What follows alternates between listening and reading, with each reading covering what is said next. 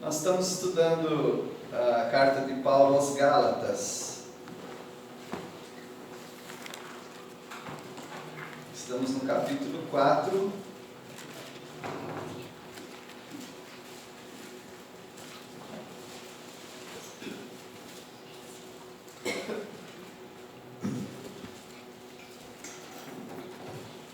Gálatas 4, nós estamos estudando as situações nas quais o homem se encontra.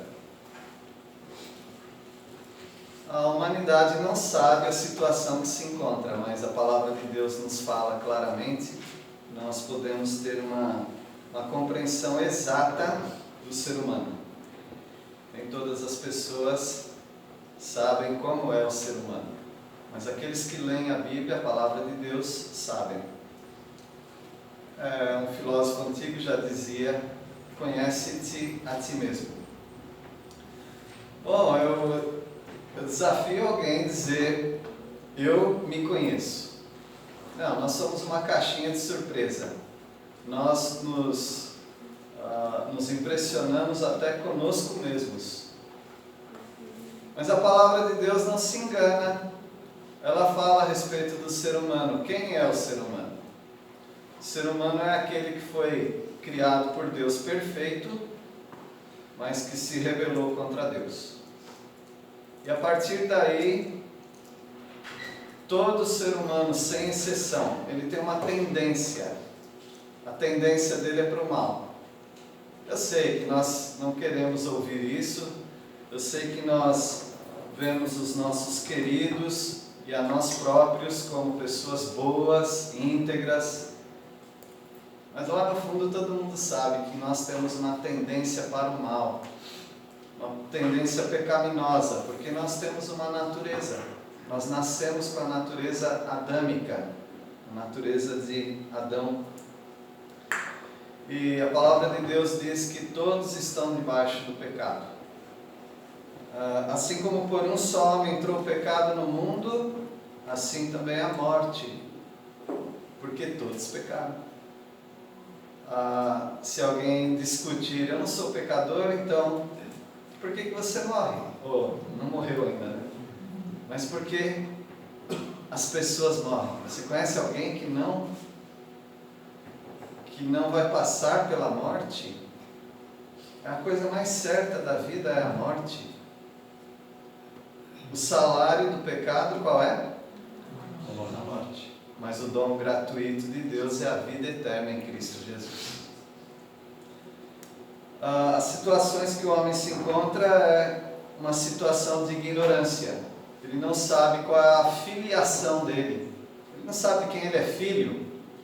Claro que naturalmente a maioria das pessoas sabe de quem é filho, mas uma filiação espiritual não. Inclusive fala-se até hoje: todo mundo é filho de Deus. Mas a palavra de Deus nos diz diferente. A palavra do Senhor disse que Ele veio para os seus, mas os seus não o receberam. Mas os que receberam, os que creram no seu nome, creram no Senhor Jesus, deu-lhes o poder, ou seja, a autoridade de serem filhos de Deus. Então, nem todos são filhos de Deus, conforme a palavra de Deus diz aqui, onde eu mencionei, em vários outros lugares. O homem, quando a gente fala o homem, é o ser humano, né? O homem não sabe também quais são os rudimentos do mundo, ou seja, as bases do mundo, o mundo que ele vive. Ele não sabe que o mundo descansa no maligno, ou seja, no diabo. Esse mundo é do diabo. A palavra de Deus chega a dizer que Ele é o Deus deste século. Século quer dizer o mundo, né? O mundo secular. Século. O homem também não sabe da lei de Deus, o que a lei de Deus exige e o que a lei de Deus pode fazer sobre e contra ele por ser desobediente à lei. Então, a situação do homem é que ele é ignorante das coisas de Deus, das coisas da própria vida dele. E nós vimos isso nos primeiros 7 versículos do capítulo 4 de Gálatas. Nós vamos rever aqui, dando uma recapitulação rápida. Ô Jéssica, eu quero te dar as boas-vindas também. Como é que anda lá em Itaimogi? Está em Mogi. Está bem, graças. Muito bem. Sua mãe está morando aqui, tá bem? Está lá. Ah, foi para lá com você. Por isso que eu estou lá também. Muito bem. Agradeço. Seja bem-vindo, viu? No versículo 1, então, diz que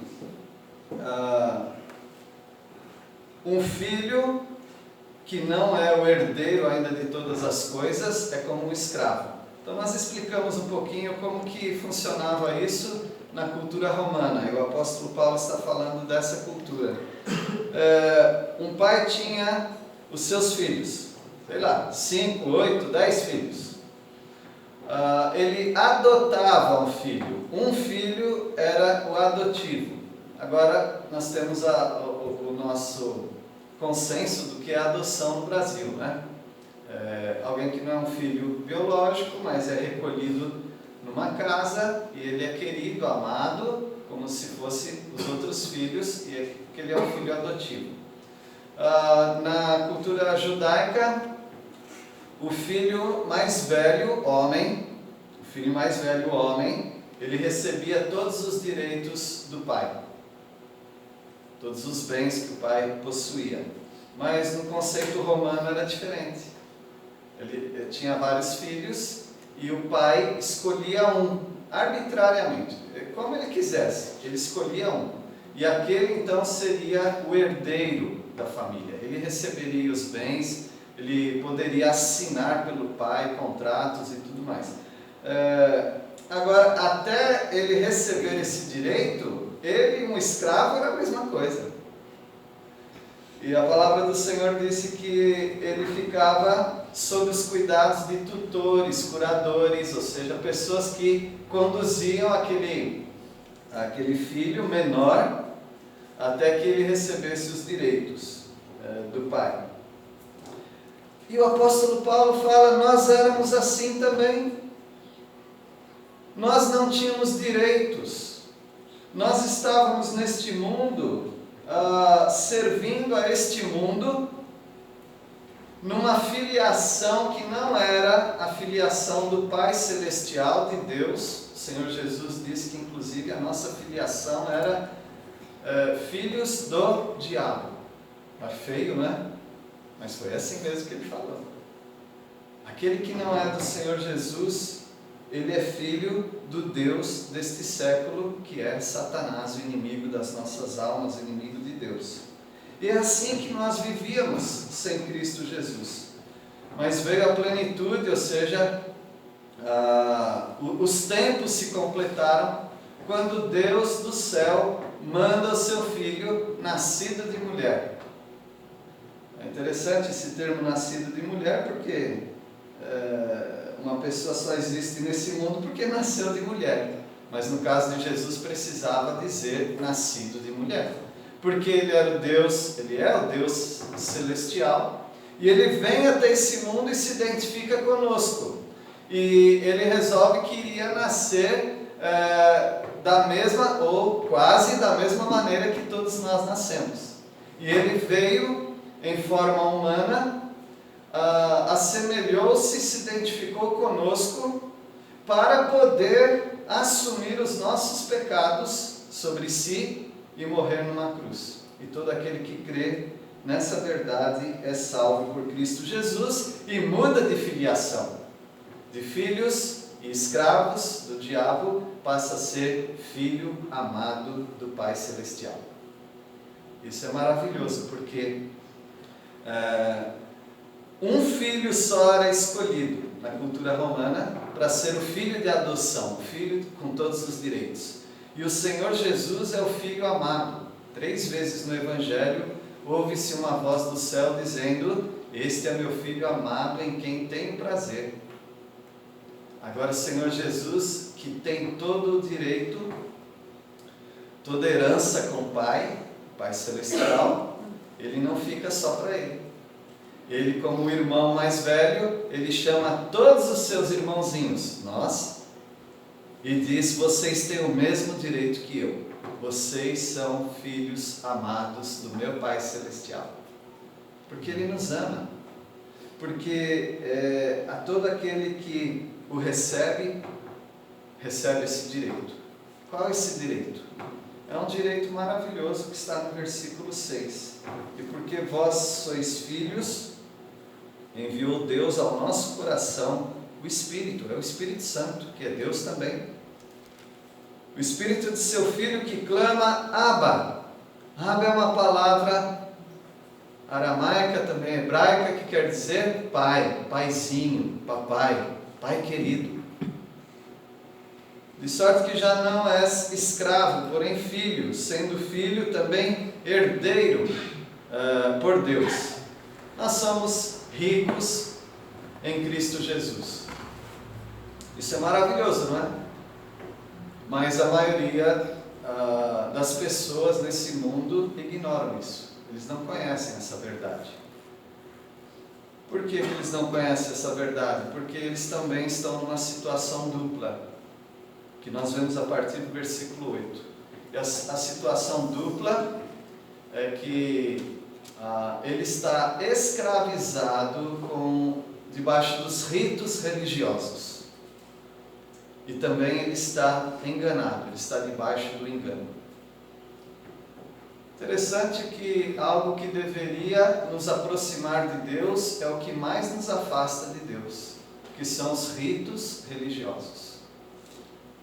A religião, que vem da palavra religare, que quer dizer religar o homem com Deus, é o que mais afasta as pessoas de Deus.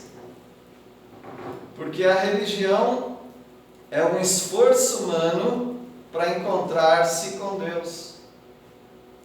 Mas nós não encontramos a Deus. Por mais que busquemos a Deus, nós não encontramos, porque absolutamente ninguém busca a Deus. Todos se extraviaram, ou seja, de uma vez só. Todos nós nos desviamos. Somos como ovelhas desgarradas que não têm pastor. E a palavra do Senhor nos diz que Ele nos buscou. Se Ele não tomasse a iniciativa de buscar homens falhos, sim, como você e eu, e desse a palavra dele de modo sobrenatural para que eles escrevessem, no espaço de 1500 anos, 40 homens de locais e tempos diferentes escreveram esse livro maravilhoso, a Bíblia. Um livro que não dá para ser imitado. Se o homem quisesse escrever, ele não conseguiria escrever com a precisão de Deus, da palavra dele. Se ele não resolvesse nos buscar através dessa comunicação da palavra de Deus, vocês só estariam ouvindo um tagarela aqui. Uma pessoa falando daquilo que acha que é bom. Mas a nossa autoridade, não é minha, é nossa autoridade, está nesse livro sagrado, na palavra de Deus. E essa palavra nos revela algumas coisas muito importantes, como já falamos um pouco, e ela condena veementemente, ou seja, ela condena mesmo os ritos religiosos. Por isso, bom, eu tenho aversão a algumas palavras, como por exemplo, liturgia. Eu sei que às vezes alguns falam, já preparou a liturgia? Eu não uso essa palavra. Vocês podem usar a direção do culto, a programação, porque os atos litúrgicos, eles são uma coisa extremamente religiosa. Não condenando as pessoas que fazem isso, porque são ensinadas assim até, aqueles pastores que dirigem, para fazer um funeral, por exemplo, eles precisam ter um caderninho para saber o que eles vão falar, porque tem as orações lidas e corretas, tem os versículos certos para ler, tem o que fazer agora. Nos cultos também tem os caderninhos, onde as pessoas seguem, agora fica em pé, agora senta, agora faz isso, lê isso. Isso é liturgia. Algo enlatado, algo feito de uma maneira em que não pode fazer de outro jeito. É como se Deus não ouvisse, porque Deus não gosta de improvisos. Essa é a mentalidade deles, tá bom? Você segue algum rito, algum ritual, porque os rituais eles nos afastam de Deus. Os rituais eles têm o poder de você se sentir bem, que você está fazendo a coisa certa, falando as palavras certas, orando as orações corretas, gesticulando ou usando a postura corporal correta, fechando os olhos quando tem que fechar, abaixando a cabeça quando tem que abaixar, pondo a mão no coração quando tem que colocar a mão no coração. E algumas pessoas acham que Deus não me aceita se eu fizer de outra maneira. Vocês estão bem livres. Eu acho que vocês estão bem livres nesse lugar onde nós nos reunimos. Mas saiba que tem pessoas que não estão. Tem pessoas que precisam saber datas, precisam saber nomes, precisam saber qual a cor que aquele culto exige, porque elas têm que fazer tudo corretamente. Então elas estão nessa situação de rituais. Vamos ler o livro que é a nossa autoridade. Versículo 8 diz assim: outrora, ou seja, antes, né?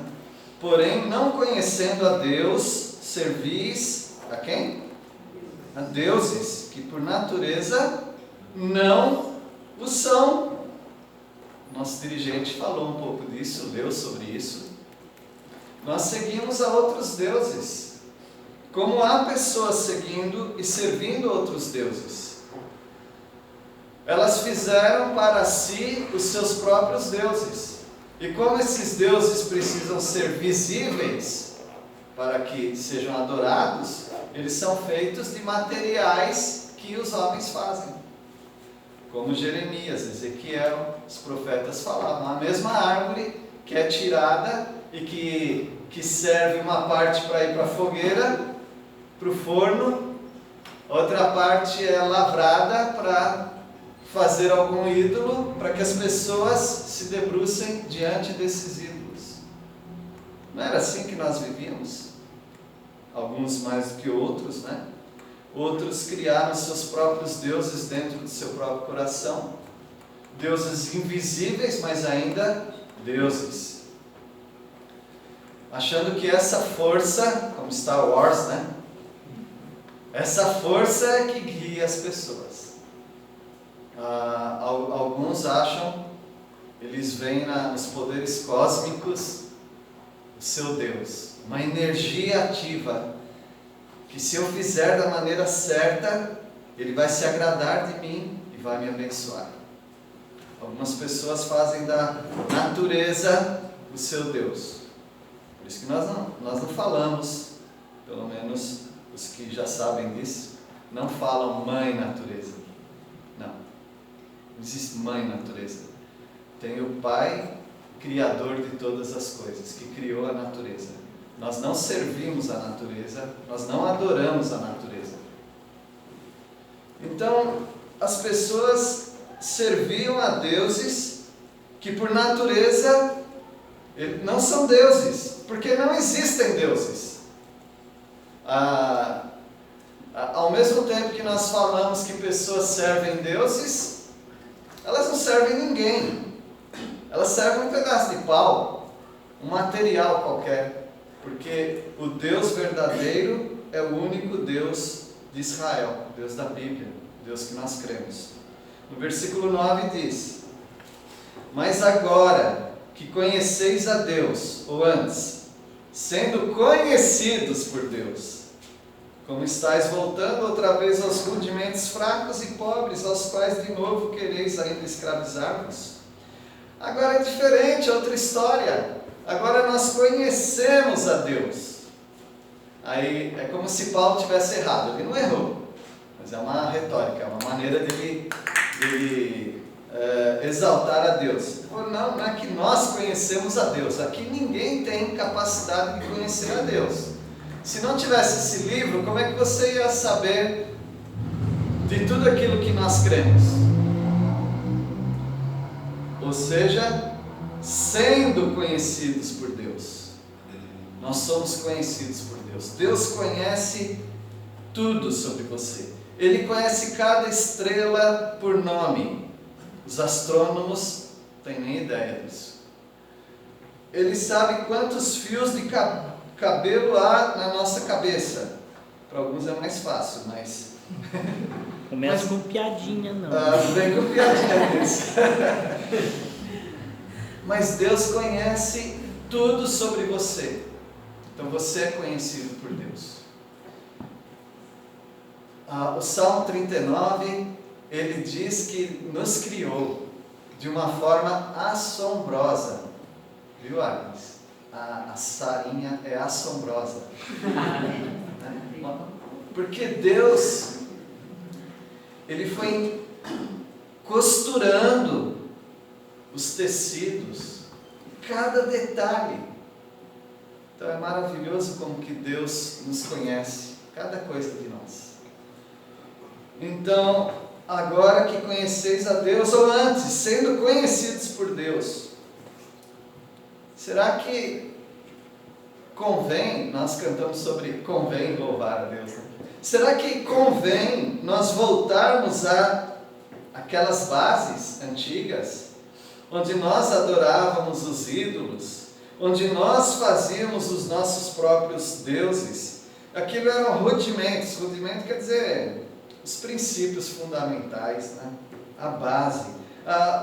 Aqueles rudimentos eram fracos, eram pobres. Mas agora nós queremos nos tornar escravos de novo com essas coisas. O apóstolo Paulo, ele acabou de dizer, nós podemos chamar agora Deus de papai, de Abba, pai. Nós não somos escravos, nós somos filhos amados, eleitos, escolhidos por Deus. Será que vale a pena agora voltarmos para essas coisas? E aí ele começa com as críticas, e quando ele faz essas críticas, eu posso com autoridade também fazer as críticas que eu faço, e você também faz. Os ritos, os rituais, aquilo em que você se agarra para poder dizer, eu sou salvo, eu ganhei minha salvação graças a essa oração que eu fiz, a essas palavras, porque eu levantei a mão, porque eu fiz. As pessoas estão sendo enganadas. E aí ele diz, quais são os rudimentos, quais são as coisas que escravizam as pessoas? São essas. Guardais o quê? Dias, meses, tempos e anos. Tem pessoas que são religiosamente adeptas a guardar, a decorar os dias. Tudo bem, se comemora o seu aniversário, da sua pessoa querida, aniversário talvez da sua igreja, eu nem sei qual que é o dia aqui. Eu sou ruim demais não para guardar números, nada disso, mas não me interessa essas coisas que podem nos escravizar. Comemorações nós podemos fazer sem problema, mas as pessoas estão escravizadas. Pensemos, né, no Brasil, quantos feriados santos há? Parece que amanhã é um deles, né? Tem um amanhã. As pessoas vão adorar a esses santos, a essas divindades, a essas venerações, elas vão fazer isso. Nos feriados, cada um tem seu santo preferido, eu não sei, mas as pessoas estão sendo escravizadas por isso, guardando dias, meses, tempos, anos. Alguém falou assim para mim: nós não guardamos o sábado, não, nós guardamos o domingo. Está tudo errado. Você sai da grelha para cair no espeto. Você sai de uma escravidão para entrar em outra escravidão. Deus não nos chamou para escravidão, mas para liberdade em Cristo Jesus. O apóstolo Paulo chega a dizer: receio de vós que tenha eu trabalhado em vão para convosco. Ou seja, ensinei. Vocês estão voltando para o pecado, para a escravidão, para o ritualismo, para a religiosidade. E por isso nós estamos dizendo, muitas pessoas estão se perdendo por causa da religiosidade. O jovem rico chegou até Jesus e perguntou o que ele faz para ser salvo, para ter a vida eterna. Aí Jesus fala dos mandamentos: conheço todos, guardo. Então vai, vende tudo que tem, dá aos pobres, vem e me segue. Aí ele sai triste, porque ele tinha muitos bens. Ele estava coberto da sua religiosidade, seguro na sua religiosidade. É o talismã, é um objeto, é uma oração lida, é algo que ele faz que dá para ele segurança, é um sinal que fecha o seu corpo de todos os perigos. O homem está sempre procurando algo que ele pode fazer para se proteger, invocar as forças celestiais ou outras, para se proteger. É sempre o homem fazendo alguma coisa para obter a salvação. É alguém ajudando com caridade outras pessoas, porque dessa maneira Deus vai pensar em mim, eu vou ser salvo. A palavra de Deus está dizendo que isso está errado. A nossa salvação é pela fé em Cristo Jesus, não de obras, para que ninguém se glorie. Mas o homem está tentando guardar dias, meses, tempos, anos, rituais. E o apóstolo Paulo fala: então eu acho que eu trabalhei em vão.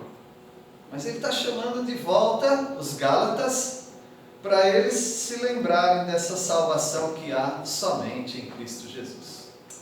Não deixe as pessoas te enganarem. Não deixe ninguém dominar sobre a sua fé. Nem esse que está falando. Não deixe, não permita. Volte para a palavra de Deus. Confira se é assim mesmo. E se não for, não tenha medo. Joga fora aquele ensino. Só fique com a palavra de Deus. Versículo 12 ele fala: sede qual eu sou, pois também eu sou como vós. Ou seja, o apóstolo Paulo diz: cheguem perto de mim com o ensino que eu estou dando, porque eu estou chegando perto de vocês. Irmãos, assim vos suplico, em nada me ofendestes. Ele fala: vocês não estão me ofendendo, vocês foram inclusive uma bênção para mim.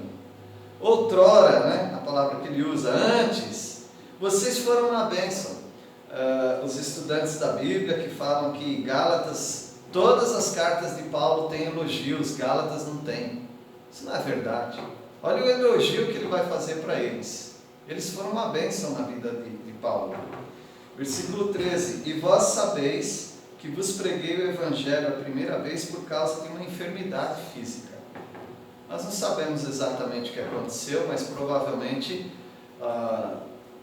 o apóstolo Paulo visitou 2, 3 vezes no máximo a Galácia, dos Gálatas. E quando ele pregou o Evangelho ao sul da Galácia, ele não tinha planos de ir para lá. Ele estava na sua viagem missionária, visitando vários lugares, mas ele ficou muito doente e ele teve que parar naquelas imediações, naquela região. E já que ele estava ali, mesmo doente, ele pregou o Evangelho para eles. E ele fala, vocês sabem que é porque eu estava doente, por isso que eu fui até vocês, eu fiquei aqui, né? Versículo 14.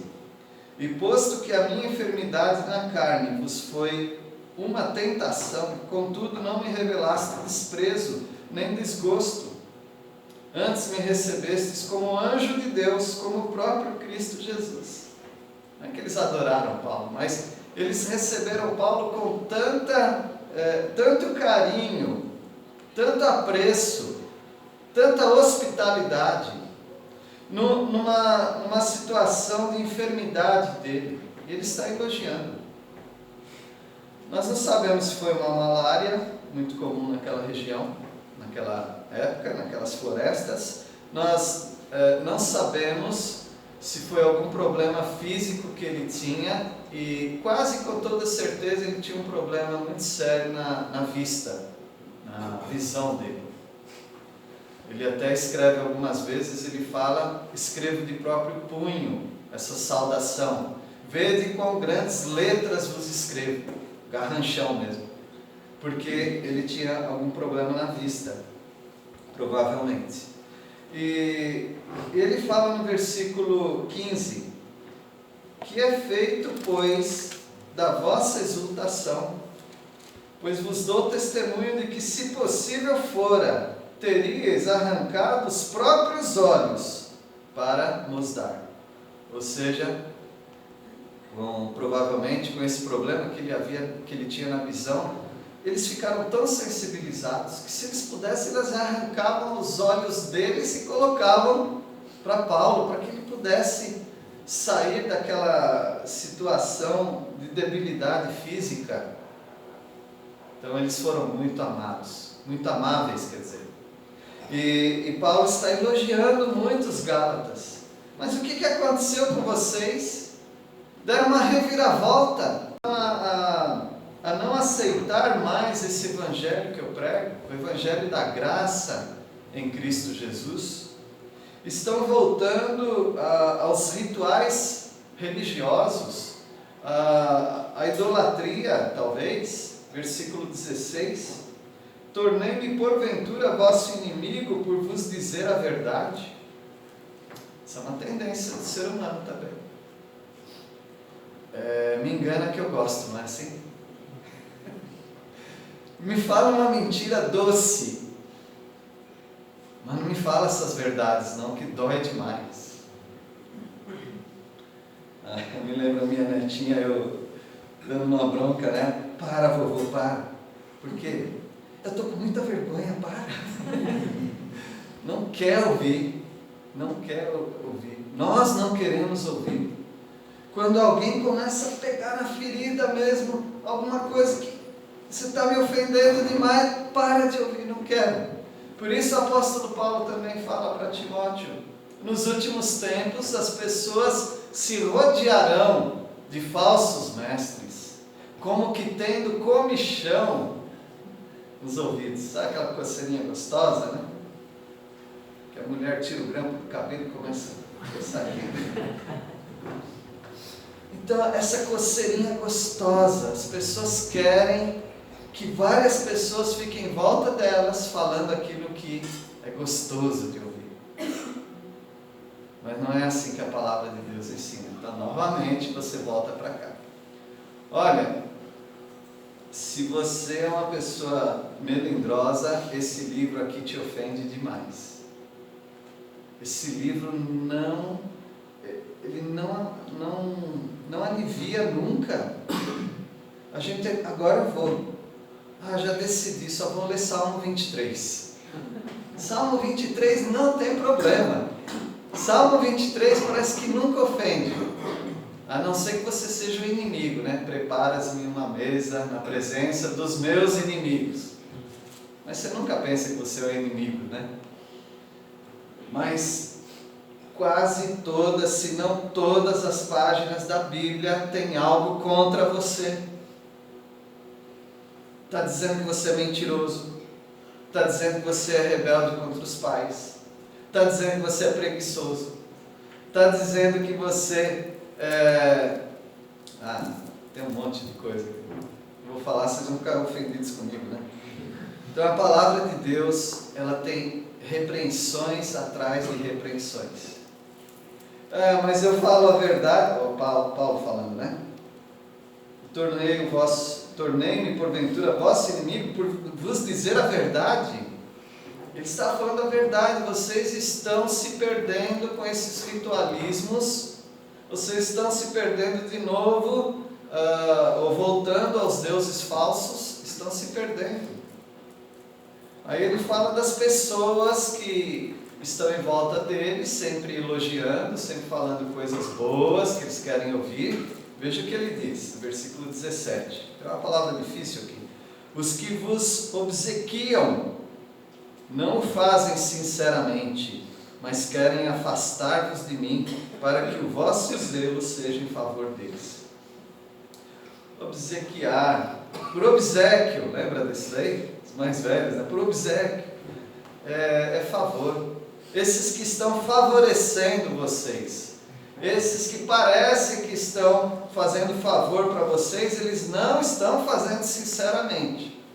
Então, meus irmãos, cuidado, muito cuidado com os ritos religiosos, cuidado com os religiosos, porque eles têm uma intenção por trás de ganhar você. Eles querem afastar vocês de mim. Agora não é de mim, Pércio, tá? De mim, o apóstolo Paulo. Eles querem afastar as pessoas do apóstolo Paulo. Por quê? Ele falava a verdade, dirigido por Deus. Aí o zelo de vocês, a dedicação de vocês, não vai ser mais para a palavra de Deus, para o evangelho verdadeiro, mas para esses pregadores. É bom ser, versículo 18, é bom ser sempre zeloso pelo bem, e não apenas quando estou presente convosco. Ou seja, vocês não precisam me agradar, Paulo estava falando. Vocês precisam ser sinceros para vocês mesmos. Então eu convido todos vocês a avaliarem seus ritos religiosos, a sua confiança, em que você está confiando, para você servir a Deus de modo sincero, você e Deus. E minha sugestão sempre é: escolha um lugar tranquilo e fale com Deus. Use as palavras que você quiser. Pergunta para Ele: eu estou no caminho certo? Eu quero fazer só o que é certo de acordo com a tua palavra. Sabe o que ele vai fazer? Ele vai responder. Porque ele nunca deixa uma pessoa que o busca sem a resposta. Ele sempre vai ajudar. Um amigo meu, numa madrugada, ele desesperado da vida, inclusive, ele sai. Ele falou, lá em São Paulo, numa madrugada fria, eu sentei na calçada, sozinho, e olhei para o céu e comecei a falar em voz alta: se você existe, então mostra para mim algum caminho. Ele falou que logo pela manhã, no dia seguinte, ele encontra alguém que fala para ele desse livro, e mostrando para ele sobre a salvação em Cristo Jesus, e ele disse que nunca mais saiu desse caminho. Deus mostrou para ele. É que as pessoas realmente, elas não querem saber o que Deus quer. Elas querem tomar a iniciativa e falar: eu tenho isso para te oferecer, ou eu quero buscar a Deus dessa maneira. Como eu mencionei hoje, né? Um dos grupos que eu vi antigamente, do Peter Gabriel, lançou um LP. Lembra de LP, né, Joãozinho? Tenho vários. Tem vários. Tenho muitos. Sabe o que é LP, Gustavo? Tem nem ideia. Long play. Já sabe? Piorou. Era uma bolachona desse tamanho, assim, que você colocava na parede com uma agulha, rodava. Disco de vinil, tipo assim? Disco de vinil, tipo assim. E aí chamava-se Gênesis. E aquele ele se propôs então reescrever Gênesis em música. E aí ele começa com a primeira música. E fez, pois, o homem a Deus segundo a sua própria imagem e semelhança. Notaram, né? Então é o homem que fez Deus do jeito que ele quer. E assim as pessoas têm feito. Cada um tem feito o Deus que quer. Inclusive, alguns que são devotos deste, devotos daquele. Uns seguem isso, outros seguem aquilo. Mas a palavra do Senhor diz: no princípio criou Deus os céus e a terra. Quem é esse Deus? Continua lendo. Até Apocalipse. Vai lendo. E a terra era sem forma e vazia. E o Espírito de Deus pairava sobre as águas. E disse Deus: haja luz e ouve-luz. Aí você vai continuando a leitura e lá no versículo 26 do capítulo 1 de Gênesis, o verdadeiro Gênesis: criou, pois, Deus o homem à sua própria imagem. A imagem de Deus o criou. Homem e mulher criou. Homem e mulher o criou. E assim vai, meus irmãos. Nós buscamos a Deus na palavra dele e nós teremos a resposta.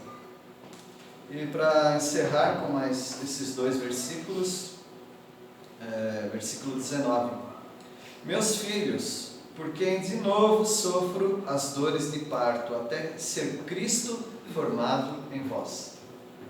Paulo estava sentindo dor de parto, ou seja, é sofrível ensinar as pessoas e elas se desviarem, mas Paulo estava lá: não, vou sofrer, como se fosse uma dor de parto.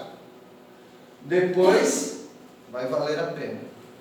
Cristo vai ser formado nas pessoas, Cristo verdadeiro.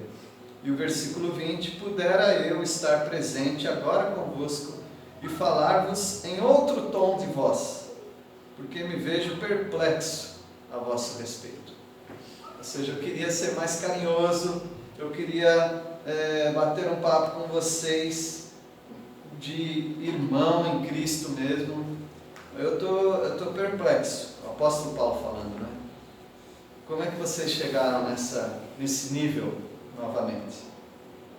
Essa é a situação do homem. Uma situação de ignorância, não sabendo quem é o seu pai, um órfão, ou pior ainda, filho do diabo, não sabendo como esse mundo é traiçoeiro, não conhecendo a lei de Deus, o que Deus exige, como obter a salvação, numa situação camuflada, maquiada, mascarada, chamada religião, que está encobrindo, como diz em 2 Coríntios 4:4, o Deus desse século fez o quê? Cegou-lhes o entendimento. Para quê? Para que se não lhes resplandeça a luz do Evangelho da glória de Cristo Jesus. As pessoas não conseguem ver, elas estão cegas, porque elas estão nessa situação de ignorância. E nessa situação dupla também, presas, escravas pelo engano de falsos pregadores, escravizadas com o engano dos rituais, dos ritos, dos manuais, dos ritos de passagem, de tantas coisas complicadas até para explicar e para entender. Mas as pessoas estão seguindo. A gente tem muita compaixão. O Senhor Jesus disse que olhou a multidão e teve compaixão, porque ele via a multidão de que maneira? Como ovelhas sem pastor. Hoje está comemorando o dia do pastor. O único pastor que nós reconhecemos mesmo é o supremo pastor das nossas almas, Cristo Jesus. Que Deus nos abençoe. Vamos orar? Nosso Deus, nós agradecemos pela Tua santa palavra, que nos indica o caminho da vida eterna. Um assunto tão importante para nós hoje, porque as pessoas têm que decidir sobre sua vida eterna. Rogamos ao Senhor que ajude essas pessoas, use as nossas vidas para conduzi-las ao caminho de Cristo Jesus. E é em nome dele que nós oramos. Amém. Amém.